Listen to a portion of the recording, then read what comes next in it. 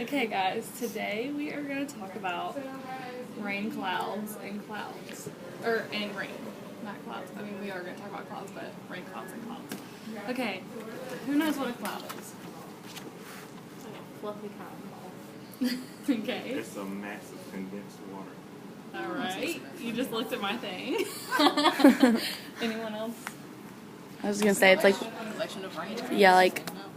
yeah, water in the air in a cloud. Clouds are masses of condensed water or water droplets that float in the atmosphere together. So they're, really close. Are clouds water vapor? Sometimes They can be. Is it? I don't Lots know. of students get really confused when they are taught this, and they think that the water in the cloud is water vapor, but this is not true. The air around the cloud water is gas in the form of water vapor, and inside the cloud is actual raindrops, like really teeny tiny droplets of water. Oh. And so inside the cloud, cooler temperatures transfer the water vapor into a liquid, and that's the process is condensation. Are there different kinds of clouds? Oh yeah, Yes. Anybody know the types? cumulus. Yes, Cirrus cumulonimbus. Stratus or something. What kind of clouds are rain clouds? Does anyone know? Aren't those the ones that like climb on top of each other? Wait, those are thunder clouds. These are a few pictures of some clouds. Anybody can anyone tell me which ones look like they're gonna rain? Nimbo stratus. In the Yeah. corner of the basket. Giant. Yep. So there's all different kinds of clouds, and rain comes from a special kind of cloud called nimbostratus clouds, and they also come from cumulonimbus clouds.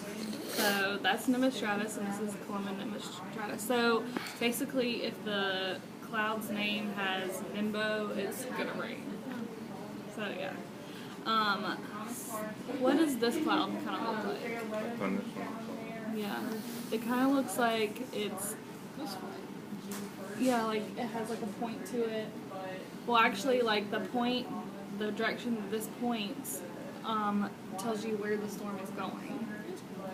Yeah. So, how does rain come out of the clouds?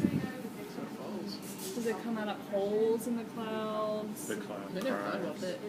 Does it cry? It's a good thought. I have no clue. Yeah, that just got heavy, and then just like, I guess like the stuff on the bottom just fell, and I don't know. Yeah.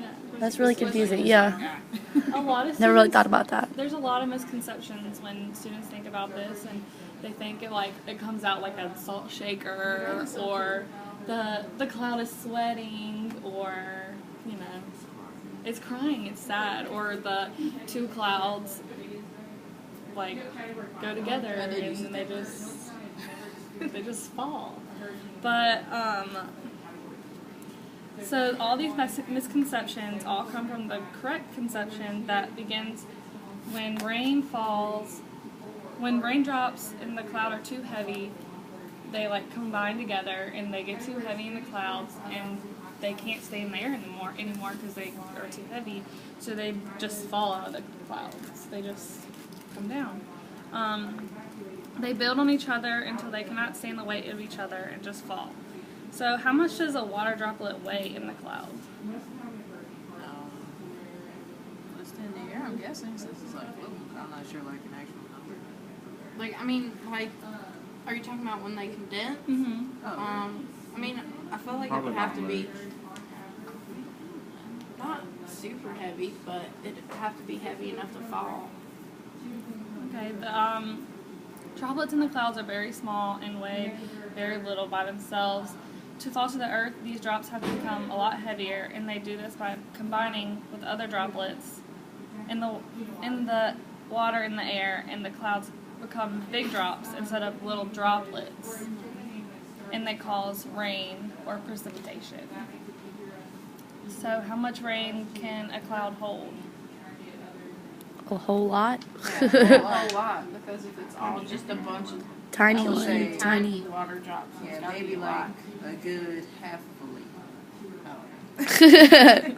Well, there's not actually an exact answer for this question, but most scientists estimate that 1 inch of rain falling over an area of 1 square mile is equal to 17.4 million gallons of water. This much water would weigh 143 million pounds. Oh my god. Wow, You that's just a have person. That's crazy. So, do raindrops have a shape? I don't think so. They just sort of like No. stretch out when it falls. Yeah.